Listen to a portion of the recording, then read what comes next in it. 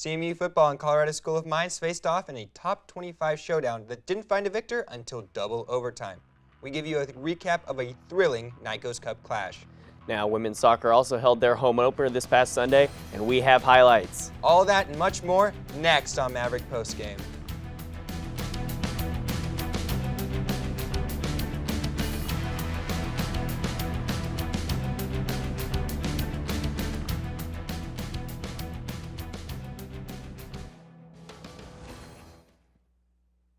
Welcome to the second installment of Maverick Postgame this season. Joe Azar joined by Bryce Reedy, and we have a big show on our hands.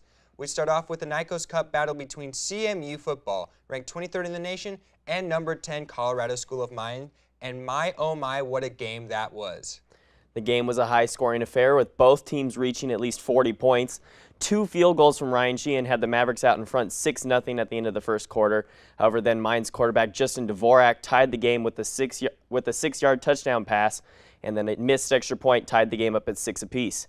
David Tan gave the Mavs the lead at halftime, however, after a 64-yard drive was capped off with a 4-yard touchdown. Then in the second half, Josh Brown caught a pair of touchdowns between a Mines touchdown to give a CMU a 27-13 lead entering the fourth. The Oregon Diggers scored 2 touchdowns to tie the game at 27 all entering the fourth quarter, and with 3 seconds left, Mines had a chance to win the game with a 42-yard field goal, but they missed, sending the game into overtime. And after the teams traded touchdowns in the opening round of overtime, quarterback Sean Rubicaba connected with Vernell Moon for a 19-yard touchdown pass. Dvorak answered, however, for Mines with a 13-yard run that found the back of the end zone. However, during the extra point, Dustin Rivas came to the task. He was able to jump the snap and block the extra point attempt and gave the Mavs a 41-40 victory. Rubicaba was stellar again in the air, throwing for 241 yards and a touchdown. Josh Brown was one of on the receiving end of 126 of those passing yards and a pair of touchdowns. And now, as you will be able to see on the screen, the CMU players had fun celebrating a second consecutive Nikos Cup win. This picture courtesy of Antonio Clark's Instagram.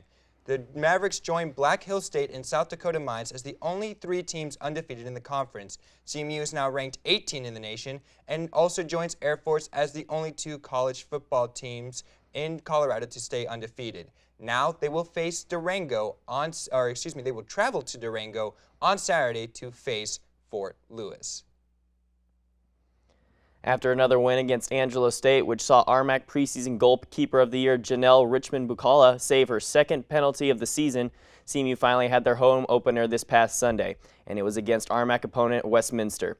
And for that, we have highlights from Walker Field for the women's soccer team here. It was an exciting game here at Walker Field. As you can see, the RMAC home opener. Mavericks already have as many wins this season as they did the entirety of last season. It was a hotly contested affair. As you can see, there's Westminster getting fired up, getting ready. But guess what? The Mavericks said, anything you can do, I can do better. There's Richmond-Bucala showing off her dance moves, getting everyone amped up for the game. And we're going to start things off with Amanda Wenzel on a break here. And she, after a nice pass, tries to fight for the ball. Here comes a Westminster defender, and she shakes her off and pushes through. Unfortunately, nothing comes of that break. Free kick there by Wenzel goes wide. She will have another free kick attempt here pretty soon. Here it comes. The kick saved by the goalkeeper. That's Madison Rasmus, who has a chance, and it sailed high. That's a big chance that she is going to regret missing. And then still in the first half, there's a nice throw-in,